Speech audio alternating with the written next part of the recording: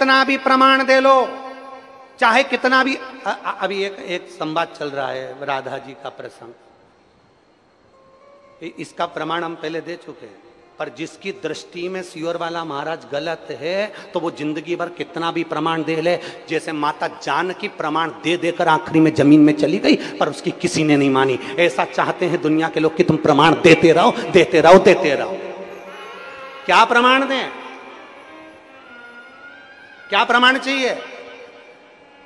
इस व्यासपीठ से मेरी मां ने सौगंध खाकर बिठाया था कि प्रमाण इस व्यासपीठ से वो शब्द बोलना जो हमारे शास्त्रों में है। ब्रह्म वैवर्त पुराण में से राधा का संवाद, राधा रानी का संवाद बोला।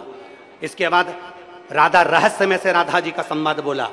गौड़िया संप्रदाय की काली पीठ से निकलने वाली पुस्तक में राधा जी का संवाद लिखा है जो हमने बोला।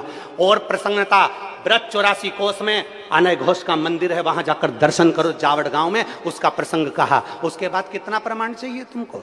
और बात है राधा रानी की, वो तो मेरी मां है। मैंने इस व्यासपीठ पर बैठने से पहले बाल्यावस्था में 1999 में जब पहली कथा चालू करी थी, तब हमारे पास धन नहीं था। दूसरे की दुकान पर काम कर कर कर पैसा, जो 10 रुपए साइकिल से लिफाफे देने का जो पैसा मिलता था 10 रुपया, उससे हम जा जाकर पैसा लेकर, उस पैसे को लेकर राधा रानी की परिक्रमा करने जाते थे। 51 परिक्रमा मेरी राधा रानी बरसाने की करी है, और ना जाने कितनी परिक्रमा गोवर्धन नाथ जी की करी है।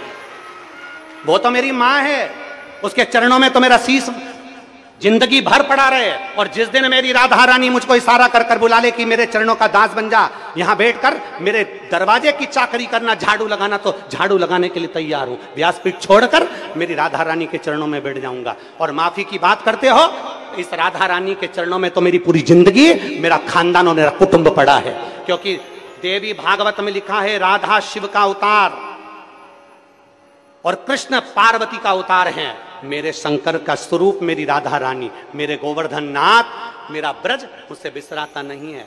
भोले भाले ब्रज में रहने वाले ब्रजवासी इतने भोले हैं, जैसे भगवान कृष्ण के समय पर धेनु में, गायों में धेनु का सुर घुस गया था। और धेनु का सुर घुस गया, पूरी गायों को परेशान कर कर, उनको भ्रमित कर कर, तब भगवान कृष्ण पहचान गए थे कि धेनु का सुर है। कई ऐसे इन ब्रजवासियों को भ्रमित कर रहे हैं, क्योंकि ब्रजवासी बड़ा भोला होता है, बड़ा सहज होता है। हमने हमारी जिंदगी की जितनी परिक्रमा करी गोवर्धन नाथ जी की, उस परिक्रमा में 1 रुपया भी हमने कभी ब्रज के अंदर पैसा खर्च कर कर नहीं। हमने नियम लिया था कि ब्रज में जितनी परिक्रमा करेंगे ब्रजवासी से मांग कर करेंगे। मेरे गोवर्धन नाथ जी की परिक्रमा में जितने ब्रजवासी रहते हैं, सब पहचानते हैं सीहोर वाले को कि बचपन से परिक्रमा करता है। जब चड्डी पहनता था हाफ, उस समय से परिक्रमा करता था, और ब्रजवासियों से 2 रोटी मांग कर खा लेता था। मेरे ब्रजवासी इतने भोले होते थे कि बिठाकर छाछ भी पिलाते थे। आज उन ब्रजवासियों में कुछ लोग ऐसे घुस गए हैं जो इस शिवपुराण का विरोध करना चाहते हैं, इस व्यासपीठ का विरोध करना चाहते हैं, प्रदीप मिश्रा का विरोध करना चाहते हैं। वो लोग राधा रानी की आड़ में बदनाम करना चाहते हैं, और ब्रजवासी इतना भोला है कि वो समझ नहीं पा रहा। आप कहो जिस दिन राधा रानी के चरणों में आकर दंडवत कर लूं, आप बोलो जितने दिन तक राधा रानी के चरणों में पड़ा रहूं, मेरी माँ है वो, उससे मेरा बेर नहीं है। जो कुछ बोलूंगा प्रमाण से बोलूंगा, बिना प्रमाण के कुछ नहीं बोलूंगा। और जिस जिस महाराज को प्रमाण चाहिए, कुबेरेश्वर धाम खुला पड़ा है, आ जाओ और प्रमाण लेकर जाओ। जिस जिसको प्रमाण चाहिए, कुबेरेश्वर धाम खुला पड़ा है। राधा नाम क्या होता है? मेरे सीहोर की एक गली में जाकर पूछना कि राधा नाम कीर्तन कैसा कराया। राधा नाम क्या है? कई सालों से 51 परिक्रमा जब तक राधा रानी के बरसाने की करी, तो उतने वर्ष तक राधा नाम कीर्तन एक एक बच्चे बच्चे के मुख पर राधा राधा जब्बा दिया। मेरी सिद्धपुर भूमि सीहोर का एक एक बच्चा जानता है कि राधा का नाम क्या है। वो वृंदावन नहीं गया, वो बरसाना नहीं गया, पर सीहोर को बरसाना बना दिया था। इतना राधा नाम जब्बाया है उस सीहोर की भूमि पर। तुम क्या सहज समझते हो? और सोशल मीडिया वाले सोचते हैं कि बदनाम करेंगे। अरे मेरे शंकर के भक्त हैं, ये तो राधा रानी की कृपा है। तुम जिस दिन बोल दो, मैं साधुता देता हूं श्री पौंडलिक जी महाराज जी को, गोस्वामी जी को, मैं साधुवाद देता हूं कौशिक जी महाराज जी को, मैं साधुवाद देता हूं संजीव कृष्ण शास्त्री जी को, मैं साधुवाद देता हूं राजीव जी शास्त्री जी को, मैं साधुवाद देता हूं अनूप जी शास्त्री जी को, जिन्होंने वृंदावन से फोन लगाकर कहा गुरुदेव आप जब भी इधर पधारे महाराज जी, अपन सारे विद्वानों की सभा रखेंगे, आप उसमें अपनी बात रखना। और हमारे यहाँ पत्र आया और हमने पत्रों के माध्यम से उनको सूचना दी, हम पहुंचेंगे वहां पर बात करेंगे। और इतने बड़े विद्वत संत हैं माननीय श्री प्रेमानंद जी महाराज, उनके चरणों को दंडवत करता हूं। भारत की भूमि पर और ब्रज में इतने बड़े रसिक संत कोई नहीं होगा। ब्रज में इतने रसिक संत है प्रेमानंद जी महाराज, अगर वो एक फोन कर देते कि प्रदीप तुझे आना है, उनका ये दास दंडवत करता करता उनके चरणों में पहुंचता और उनसे बात करता रहा। एक बार कह देते, क्योंकि वो रसिक संत हैं, राधा रानी के परम भक्त हैं, भगवान कृष्ण के परम भक्त हैं।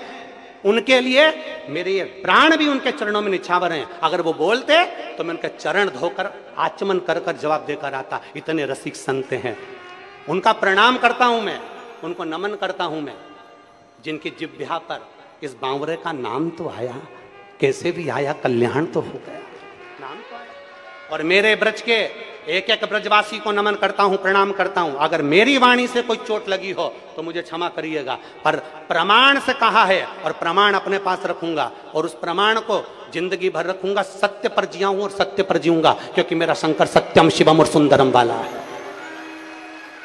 और आपसे भी निवेदन करता हूं, जितने भारत की भूमि के जितने देश के लोग कथा सुन रहे हैं, एक बार ब्रज में जाना तो जाकर रावल गांव का दर्शन करना, जहां राधा जी का जन्म हुआ है।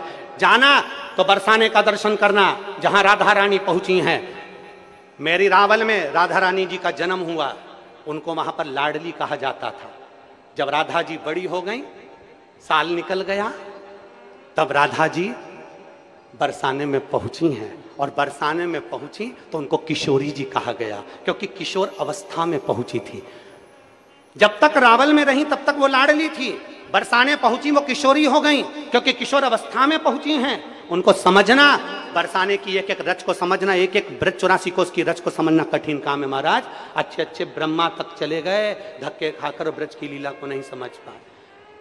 समझना बहुत कठिन है, समझिए जरा जाकर।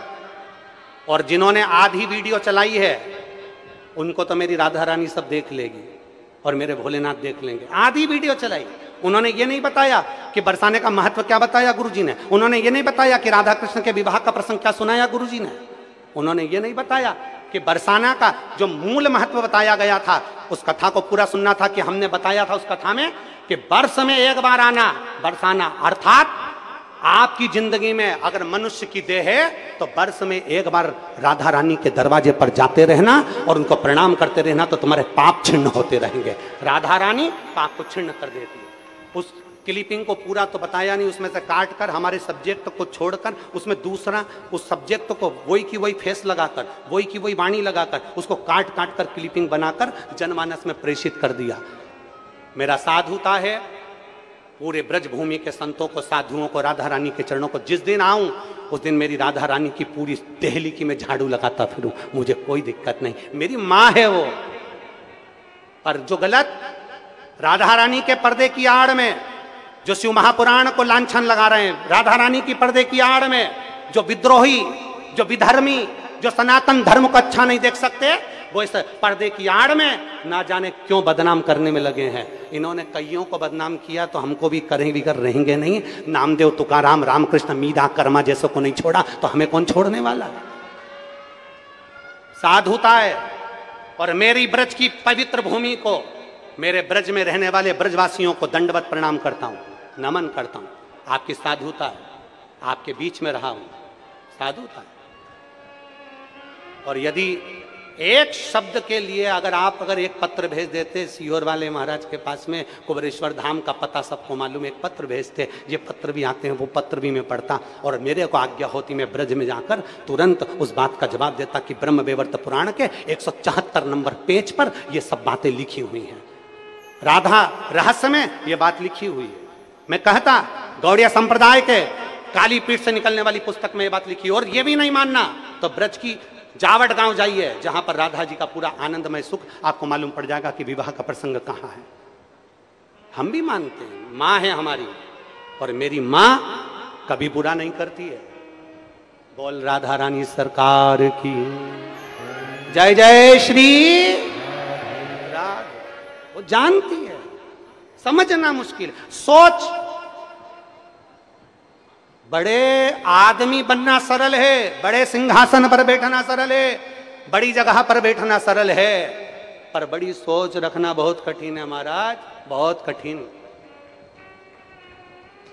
और फिर निवेदन करूंगा, ब्रज के कोई संत अगर मुझे आमंत्रित करे मैं तैयार हूं, आपके चरणों में आऊंगा, दंडवत करूंगा, प्रणाम करूंगा और आपको पूरा व्याख्यान बता कर जाऊंगा, कहां से पढ़ा, कहां से बोला, इस जगह से वर्णन किया। एक एक स्मरण करिए आप शिव नाम का। बन सकता है सनातन धर्म को आगे बढ़ाने का प्रयास करिए, बन सकता है राष्ट्र को उन्नति की ओर लेकर जाइए, सनातन को पीछे मत खींचिए। आज के जमाने में हिंदू को हिंदू से लड़ाने की प्रथा चल रही है, और वो देख लो आज तक अभी चुनाव हुए उसमें देख लेना, हिंदू से हिंदू को लड़ाने का प्रयास करा जा रहा है कि कैसे भी सनातन धर्म बर्बाद हो जाए, बदनाम हो।